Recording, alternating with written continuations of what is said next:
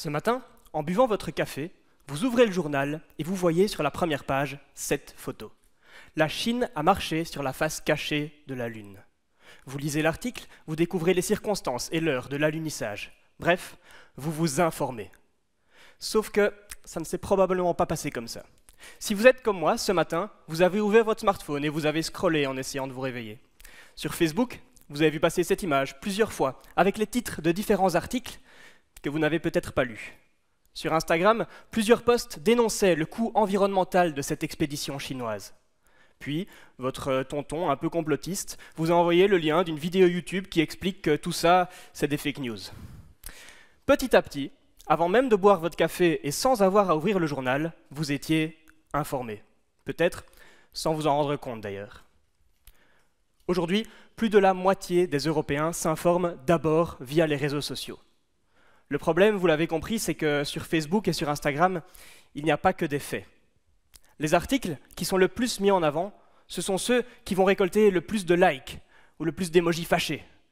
Et ces articles-là, ce sont rarement les plus objectifs. Moi, dans ma recherche, je m'intéresse justement à cette frontière, parfois floue, qui existe entre les faits et les opinions, entre ce qu'on appelle le discours objectif et le discours subjectif. Pour faire ça, je vais interviewer des journalistes. Je demande à des lecteurs de surligner dans un texte les mots qui, d'après eux, trahissent la subjectivité de l'auteur. Puis, à partir de mes analyses, j'apprends à un robot à détecter automatiquement dans la presse ce qui relève plutôt du fait ou de l'opinion.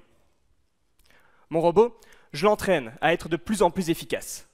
Quand je lui donne la phrase « La Chine a conquis la face cachée de la Lune », il me répond que, dans ce contexte, l'utilisation du verbe « conquérir » n'est pas très objective. Petit à petit, à force d'entraînement, j'ai l'espoir que mon robot sera un jour capable d'aider les lecteurs sur les réseaux sociaux à déterminer si ce qu'ils lisent est plutôt objectif ou plutôt subjectif. Ce qui me reste à faire, c'est de lui apprendre l'importance de la source. Parce que l'objectivité, elle aussi, elle a sa face cachée. Ce qui est objectif pour une personne ne l'est pas forcément pour une autre. Imaginez, si ce matin, vous vous étiez réveillé aux États-Unis, vous auriez ouvert votre journal à la terrasse d'un café new-yorkais et vous auriez lu que, après de nombreux échecs, la Chine a enfin réussi son premier alunissage. Au contraire, si vous vous étiez réveillé en Russie, vous auriez pu lire au titre des journaux que l'alunissage de la Chine est un véritable exploit. C'est pour cette raison que, quand les journalistes montrent la Lune, les lecteurs et les scientifiques doivent avant tout se demander à qui appartient le doigt.